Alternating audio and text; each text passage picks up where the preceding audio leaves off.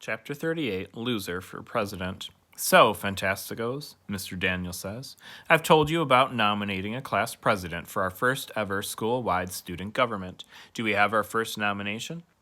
Jessica raises her hand. I nominate Shay. Shay looks back at her and turns forward.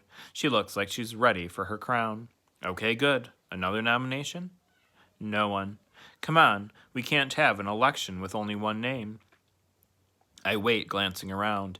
I know there will be no more names because Shay has made it known since Mr. Daniels first announced the election that anyone who runs against her will regret it. In fact, their children and their children's children will regret it, and she can actually do something like that. Nope, there will be no more names. Albert raises his hand.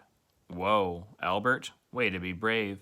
I glance back at Shay, whose eyes are now little slits. But then Albert just asks to go to the bathroom.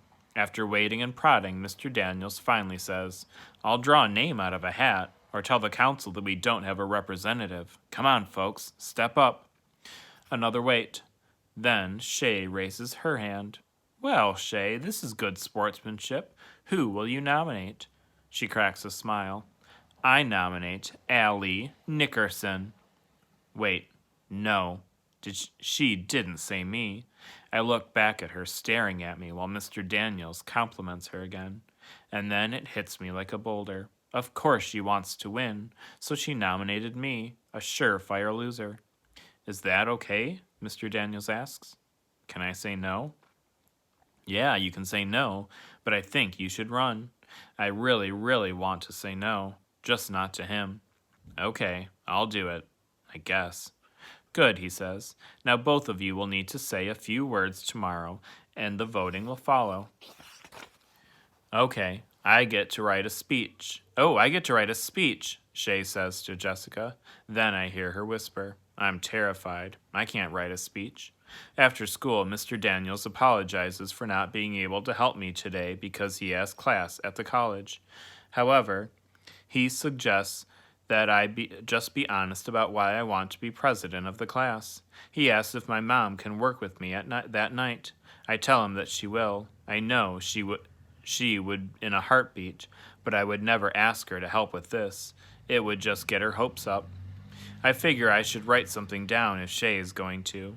I'll look like a baby with no speech. So, I sit down at our dining room table with a blank piece of paper, all bright white and staring at me and making my head hurt.